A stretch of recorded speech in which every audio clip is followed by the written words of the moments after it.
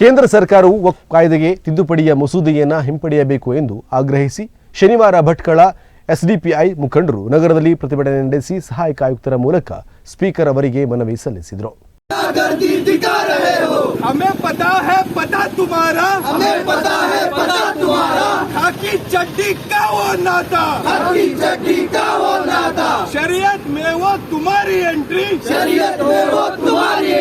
देगी SDPI no entry ವಕ್ಫ್ ಆಸ್ತಿಯನ್ನ ಸಂರಕ್ಷಣೆ ಹಾಗೂ ವಕ್ಫ್ ಸುಧಾರಣೆಗಳ ಹೆಸರಿನಲ್ಲಿ ಇತ್ತೀಚೆಗೆ ನರೇಂದ್ರ ಮೋದಿ ನೇತೃತ್ವದ ಒಕ್ಕೂಟ ಸರ್ಕಾರ ವಕ್ಫ್ ಬಿಲ್ 2024 ತಂದಿರುವುದು ಅತ್ಯಂತ ಆತಂಕಕಾರಿ ವಿಷಯವಾಗಿರುತ್ತದೆ. ಮುಸ್ಲಿಂ ಸಮುದಾಯದ ಕ್ಷೇಮಾಭಿವೃದ್ಧಿಗೆ ಇರುವ ವಕ್ಫ್ ಆಸ್ತಿಯನ್ನು ಕಸಿದುಕೊಳ್ಳುವ ಹುನ್ನಾರ ಬಿಜೆಪಿ ಪಕ್ಷದ ಹಿಡನ್ ಅಜೆಂಡಾವಾಗಿರುತ್ತದೆ. ಹಾಲಿ ಇರುವ ವಕ್ಫ್ ಕಾಯ್ದೆಗೆ ಸರಿಸುಮಾರು 40 ತಿದ್ದುಪಡಿಗಳನ್ನು ಮಾಡುವ ಮೂಲಕ ಇಡೀ ವಕ್ಫ್ ಕಾಯ್ದೆಯನ್ನ ನಾಶಗೊಳಿಸುವ ಈ ವಕ್ಫ್ ಬಿಲ್ 2024 ತಂದಿರುವುದು ಇದು ಜಾತ್ಯತೀತ ಮೌಲ್ಯಗಳ ವಿರುದ್ಧವಾಗಿದೆ ಹಾಗೂ ತಾರತಮ್ಯಗಳೊಂದಿಗೆ ಕೂಡಿದೆ. ಇದನ್ನು ಎಸ್ಡಿಪಿಐ ಖಂಡಿಸುತ್ತದೆ ಎಂದು ಮನವಿ ಸಲ್ಲಿಸಿದರು.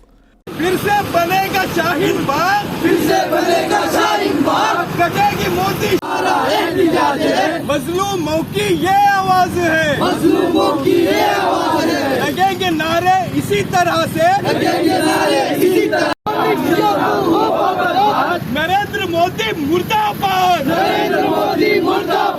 ನ್ಯಾಯ ಮಂಡಳಿಯು ನ್ಯಾಯಾಂಗ ವ್ಯವಸ್ಥೆಯ ಸಂಸ್ಥೆಯಾಗಿದ್ದು ಸದರಿ ವಕ್ಫ್ ಬಿಲ್ ಮಸೂದೆಯು ನ್ಯಾಯಾಂಗ ಮಂಡಳಿಯ ಅಧಿಕಾರವನ್ನು ಕಸಿದುಕೊಳ್ಳುತ್ತದೆ. ಇದು ಸಾಮಾನ್ಯ ಕಾನೂನು ನಿಯಮಕ್ಕೆ ವಿರುದ್ಧವಾಗಿದೆ ಮತ್ತು ಕಾನೂನು ಉಲ್ಲಂಘನೆಯಾಗಿದೆ. ಹಿಂದೂಗಳಲ್ಲದ ಬೌದ್ಧರು, ಜೈನರು ಮತ್ತು ಸಿಖ್ಖರು ಇವರಿಗೂ ಸಹ ದೇವಸ್ಥಾನದ ಆಡಳಿತದ ಸದಸ್ಯತ್ವವನ್ನು ನಿಷೇಧಿಸಿರುವುದರಿಂದ ಹಿಂದೂಗಳಿಗೆ ವಕ್ಫ್ ಮಂಡಳಿಯ ಸದಸ್ಯರಾಗಿ ಜವಾಬ್ದಾರಿ ನೀಡುವುದು ಸಂಪೂರ್ಣ ತಾರತಮ್ಯದಿಂದ ಕೂಡಿದೆ ಎಂದು ಹೇಳಿದರು. लाठी मारो गोली मारो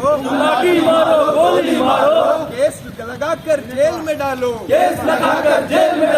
मोदी शाह का जो है इरादा उतरेंगे रोड पे सारे फिर से बनेगा Shaheen Bagh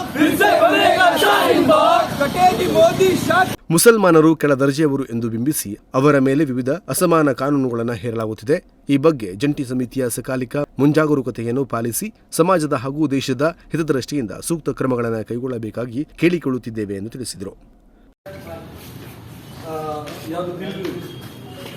NDA government Modi Amit Shah government ಹೇಳ್ಬೋದು ಅದು ಯಾವುದು ಪಾರ್ಲಿಮೆಂಟಲ್ಲಿ ಕೊಟ್ಟಿದ್ದಾರೆ ಅವರಿಗೆ ವಿರುದ್ಧವಾಗಿ ನಾವು ಪ್ರತಿಭಟನೆ ಹಾಗೂ ಮನವಿಯನ್ನು ಆಲ್ರೆಡಿ ಇಂಟಿಮೇಷನ್ ಕೊಟ್ಟಿದ್ದೀವಿ.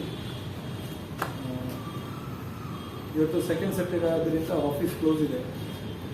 ಬರಬೇಕಿತ್ತು AC ಅವರು ಇಲ್ಲಾಂದರೆ ಬೇರೆ ಯಾರು ಬರಬೇಕಿತ್ತು ಮನವಿ ತಗೊಳ್ಳಿ. ಅದಕ್ಕಾಗಿ ನಾವು ಇಲ್ಲಿದ್ದೇವೆ.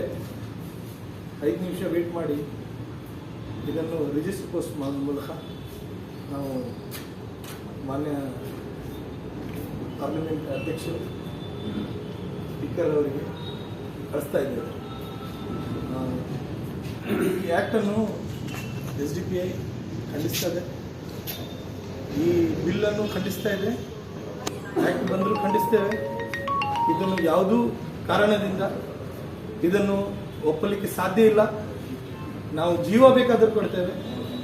ಆದರೆ ಇಂತಹ RSS ಷಡ್ಯಂತ್ರ BJP ಮುಖಾಂತರ ಯಾವುದು ನಡೆಸ್ತಾ ಇದೆ ಅದನ್ನು ನಾವು ಜೀವಂತ ಇರುವವರೆಗೆ ಇದನ್ನು ಒಪ್ಪಲಿಕ್ಕೆ ಸಾಧ್ಯ ಇಲ್ಲ. ಇದರ ಏನಾದರೂ ಇಂಡಿಯಾದಲ್ಲಿ ಇದರ ಬಗ್ಗೆಯಲ್ಲಿ ಅನಾಹುತ ಆದರೆ ಅದು ಮೋದಿ ಅಮಿತ್ ಶಾ ಮಾಡಿದಂಥ ಷಡ್ಯಂತ್ರ ಅವರ ತೆಕ್ಕೆಗೆ ಹೋಗುವಂಥದ್ದು. ದೊಡ್ಡ ಈಗಿನ ಪ್ರೈಮ್ ಮಿನಿಸ್ಟರ್ 3ನೇ ಸತಿ ಆಯ್ಕೆ ಆದರೂ ಅವರದಂತಹ RSS ಬುದ್ಧಿ ಬಿಡಲಿಲ್ಲ ಅನ್ನುವಂಥದ್ದು ಬಹಳ ದುರಾದೃಷ್ಟ. ಅದಕ್ಕಾಗಿ ತಮ್ಮೆಲ್ಲರಿಗೆ ಇದಕ್ಕೂ ಮುನ್ನ ಭಟ್ಕಳ ಪ್ರವಾಸಿ ಮಂದಿರ ಮುಂಭಾಗದಲ್ಲಿ ಪ್ರತಿಭಟನೆ ನಡೆಸಿ ಬಳಿಕ ಅಲ್ಲಿಂದ ಪ್ರತಿಭಟನೆ ಮೆರವಣಿಗೆ ಹೊರಟು ತಾಲೂಕಾಡಳಿತ ಸೌಧದಲ್ಲಿ ಮುಕ್ತಾಯಗೊಂಡಿತು. ಬಳಿಕ ಸಹಾಯಕ ಆಯುಕ್ತರ ಅನುಪಸ್ಥಿತಿಯಲ್ಲಿ ಕಂದಾಯ ನಿರೀಕ್ಷಕರಾದ ವಿಶ್ವನಾಥ್ ಗಾಂವ್ಕರ್ ಅವರು ಮನವಿ ಸ್ವೀಕರಿಸಿದರು. ಈ ವೇಳೆ ಎಸ್ಡಿಪಿಐ ಜಿಲ್ಲಾಧ್ಯಕ್ಷ ತಫಿಕ್ ಬ್ಯಾರಿ, ಜಿಲ್ಲಾ ಕಾರ್ಯದರ್ಶಿ ಜೈನ್, ಭಟ್ಕಳ ತಾಲೂಕಾಧ್ಯಕ್ಷ ಮಕ್ಬೂಲ್ ಶೇಖ್, ತಾಲೂಕು ಉಪಾಧ್ಯಕ್ಷ ವಸೀಂ ಮಣೆಗಾರ್ ಹಾಗೂ ಮುಂತಾದವರು ಉಪಸ್ಥಿತರಿದ್ದರು. ಉದಯ ನಾಯ್ಕ್, ನುಡಿಸಿರಿ ನ್ಯೂಸ್, ಭಟ್ಕಳ.